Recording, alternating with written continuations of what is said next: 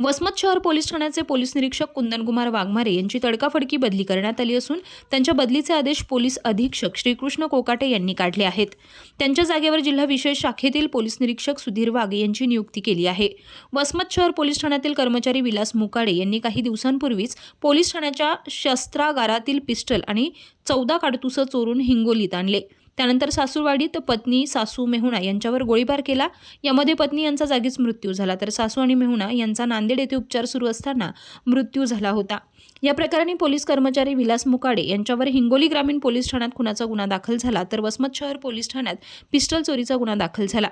Police अधीक्षक कोकाटे यांनी pistol चोरी प्रकरणात चौकशी करून अहवाल सादर करण्याचे आदेश उपाधीक्षक कार्यालयास दिले आहेत। याशिवाय त्यांनी वसमत येथे भेट देऊन माहिती घेतली होती।